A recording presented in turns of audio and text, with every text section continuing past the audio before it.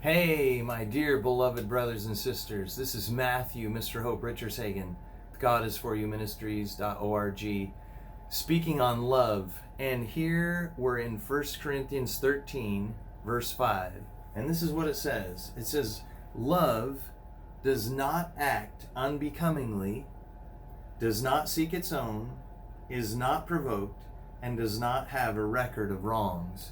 And this is what real love is. And this is hard. This is hard for me because there's so much in me, there's so much in my flesh that wants my own will, that wants my own way in my relationships with my wife, with my children, with my friends, with my, parents, with everyone. At the root of every disagreement, of every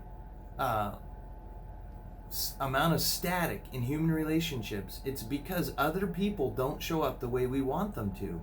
And when we have love, when we have grace for other people to be who they are, it changes everything. And it says here, love does not act unbecomingly.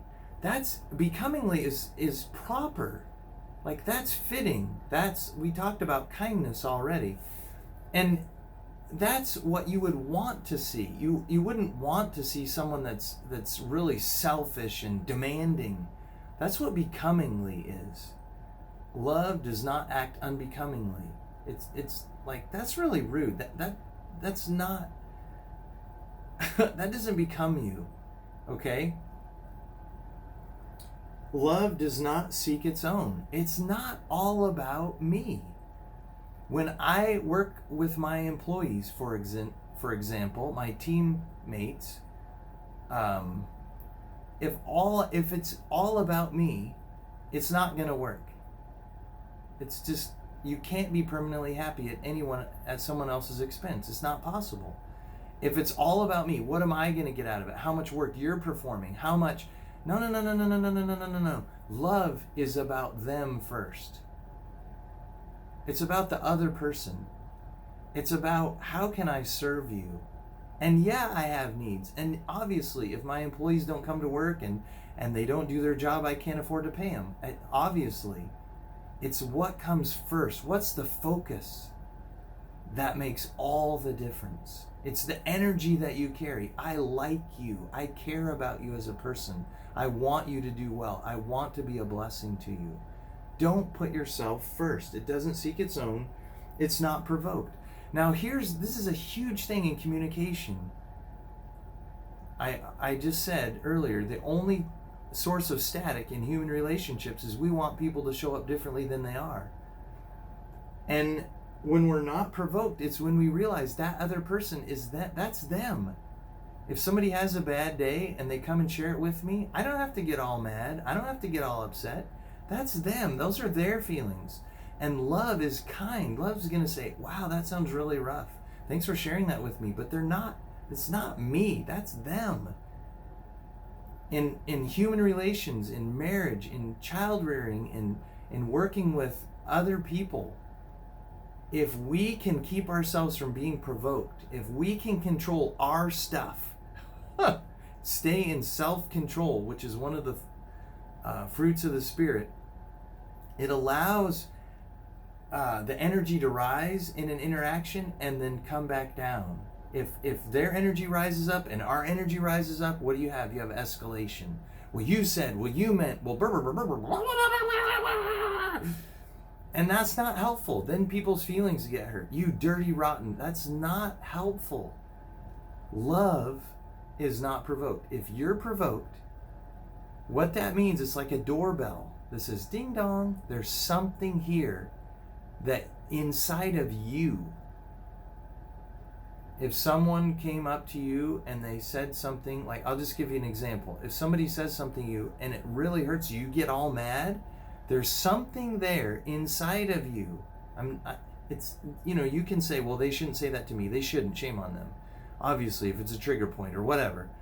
However, for you, the message for you is, this is a doorbell for me. What's going on inside of me? And when you search that out, it's going to provide healing. Because true love isn't provoked. Jesus in you isn't provoked. when they came and tried to get the Lord Jesus all worked up and they called him names and they ridiculed him and they mocked him, he didn't react to them. He responded. True love responds. Here's one of the hardest things right here. For me and for a lot of people, love does not have a record of wrong. True love doesn't have a big old long list. Well, last time you did this.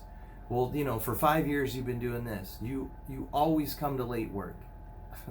Come to work late.